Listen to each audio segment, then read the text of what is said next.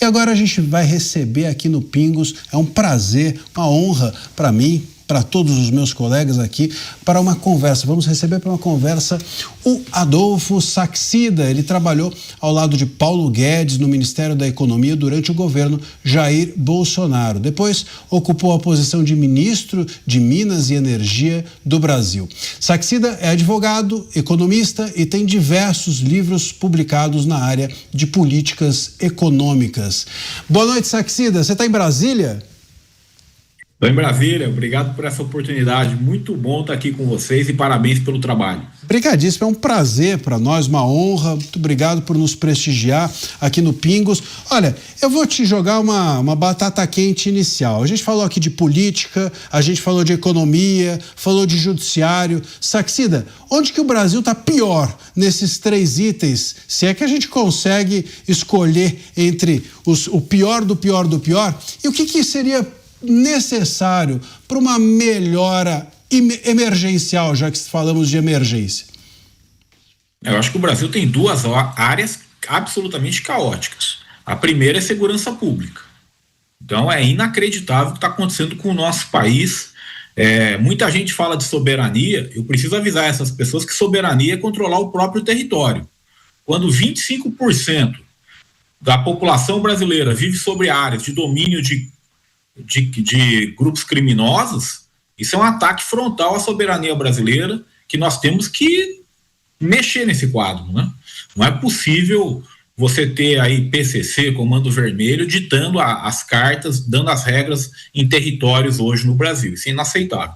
Na economia, que é mais a minha área, veja, a coisa tá ruim. Eu fui no supermercado esse dia, eu geralmente compro 6 pães à noite, né? 2 para mim, 2 para minha mãe e 2 pro dia seguinte, pra gente comer aqui no café da manhã. Pô, deu R$7,20, cara. R$1,20 cada pãezinho.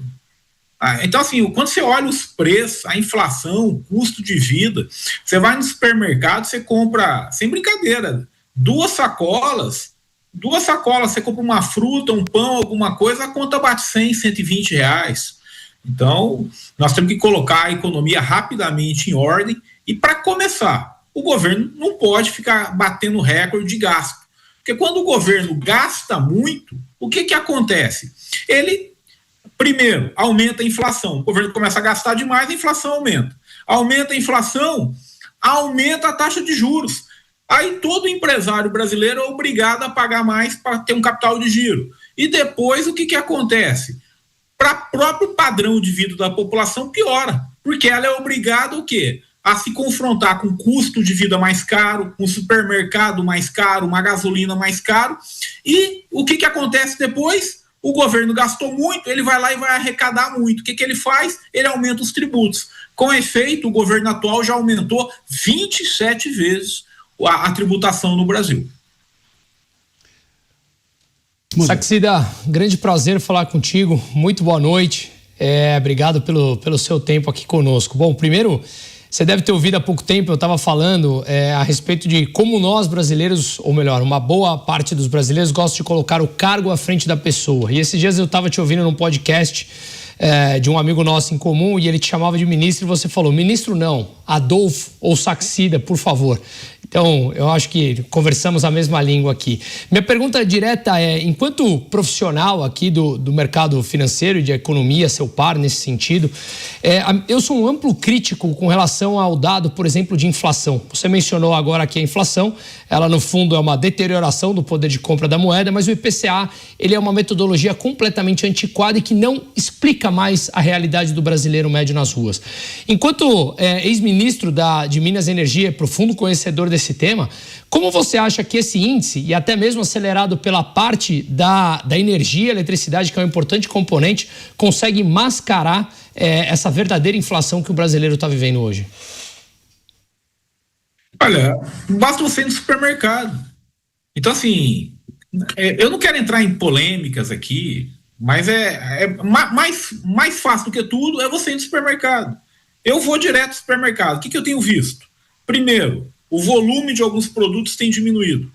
Onde era 1 litro, agora é 900 ml. Onde era 2 pacotinhos, agora é 1 pacotinho. aqueles produtos mais caros desapareceram, ou seja, ninguém compra mais, então não está vendendo, as pessoas estão comprando coisas mais baratas. Então é isso, não adianta o governo ficar falando, eu fiz isso, fiz aquilo. Não fez, cara. Basta você ir no supermercado. E sobre a liturgia do cargo, as pessoas que estão ali têm que aprender que quando você senta numa cadeira, você está falando pelo governo, você não está falando mais por você. Alguns ministros desse governo, eles entram em atritos abertos com autoridades internacionais, com pessoas do próprio país. Você não pode fazer isso. Veja só, se você quer ficar dando opinião em tudo, vira professor de universidade federal, cria seu Twitter e vai falar o que você quiser na rede. Agora, quando você senta num cargo público, você tem que ter um pouquinho mais de postura, e está faltando muito nesse governo. E, acima de tudo, respeito com o povo, né? Porque quem vai no supermercado está vendo. Eu me lembro que eu estava abastecendo gasolina a R$ 4,75 aqui em Brasília, em 2022. Novembro de 2022, R$ 4,75. Hoje, o litro da gasolina foi abastecer meu carro, R$ 6,29. É esse o país que nós estamos. Tem algo errado acontecendo.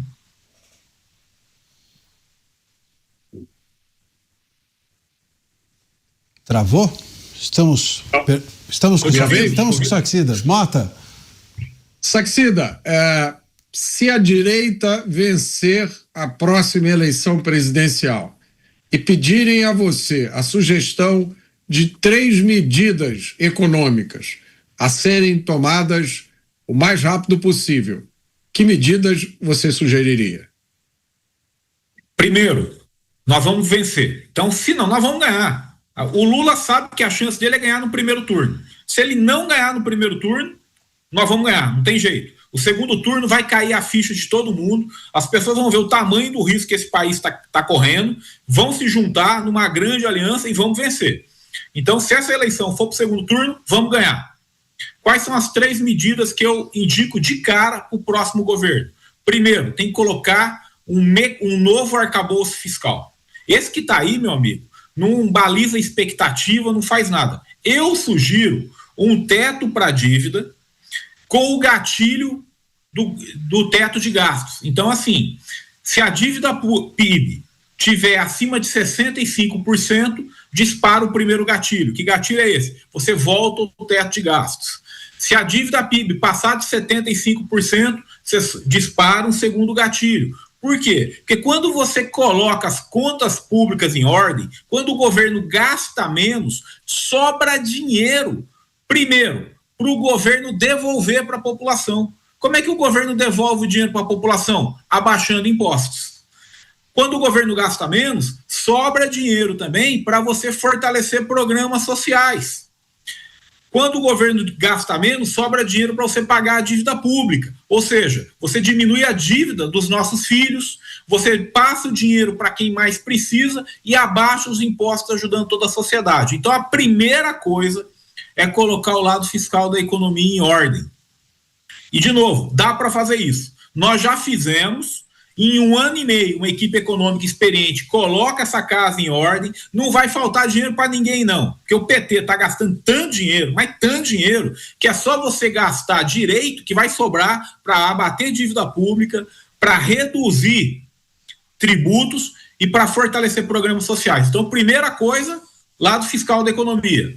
Segunda coisa, reformas microeconômicas. Tem que insistir. A produtividade no Brasil está parada há 50 anos. Não tem como um país se desenvolver desse jeito. É por isso que está todo mundo empobrecendo. Olha só, pega a época dos nossos pais. Hoje, cara, você trabalha mais, sua esposa trabalha, teus filhos estão trabalhando e parece que o dinheiro não chega até o final do mês. Por quê? Porque a produtividade não cresce. Então, nós temos que insistir na reforma do mercado de crédito, mercado de garantia, mercado de capital, fortalecer os marcos legais, aumentar a segurança jurídica, atrair investimento internacional, reduzir burocracia, reduzir impostos e colocar o setor privado gerando emprego e renda. Essa é a segunda coisa.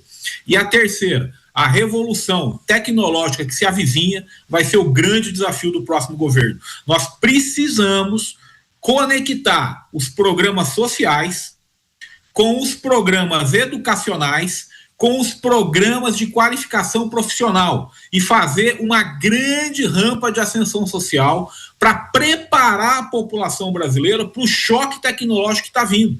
E hoje, os programas educacionais, sociais e de qualificação profissional não estão conectados. Então, nós precisamos conectar isso. Nós estamos nos aproximando a uma espécie de revolução industrial. Então, não tenha dúvida, o grande desafio do próximo governo vai ser esse problema, entre aspas, né, gerado pela revolução tecnológica. Em 10, 20 anos vai estar todo mundo melhor, mas essa transição ela vai pegar muito o desemprego em algumas pessoas, em algumas profissões, e nós temos que preparar o nosso país para isso. Saxida, você já tem aí as medidas, o Mota perguntou quais são as 3 prioritárias medidas, agora falta eu perguntar para você, então se um governo de direita e se as pesquisas estiverem corretas, seria o Flávio Bolsonaro for eleito, você toparia entrar no governo, ser um dos ministros? É uma honra danada ser ministro. Eu agradeço até hoje o presidente Jair Bolsonaro por ter me dado essa confiança. O presidente Jair Bolsonaro mostrou que é possível reduzir o gasto público, e ele reduziu o gasto público. O programa social, que era o Bolsa Família, foi de R$190 para R$600 com o presidente Bolsonaro. Nós reduzimos 13 tributos de maneira permanente e a dívida PIB, que era de 75,3% em 2018, caiu para 71,7% em 2022, mesmo com a pandemia no meio. Então, o presidente Bolsonaro mostrou que é possível fazer o que eu estou falando. É claro que ser convidado para ser ministro é uma honra. Agora, mais do que tudo, o importante não é o nome, é a agenda. Nós temos que ter uma agenda que coloque o lado fiscal em ordem e que aprove reformas pró-mercado e que enderecem essa questão da revolução tecnológica que está chegando. Eu respondi de maneira técnica e econômica, mas eu vou deixar muito claro aqui na Jovem Pan. Eu voto única e exclusivamente em pessoas que apoiam a principal medida do nosso país, chamada PEC da Pacificação Nacional. O que é isso? Eu não voto em ninguém que não apoie uma anistia ampla, geral e irrestrita para o 8 de janeiro, que essa sim é uma situação vergonhosa que aflige o nosso país. Saxida, meu caro, muitíssimo obrigado pelas suas palavras, seus ensinamentos. Seja sempre bem-vindo aqui no Pingos nos Is. Uma honra para todos nós. Boa noite. Fiquem com Deus, obrigado pela oportunidade.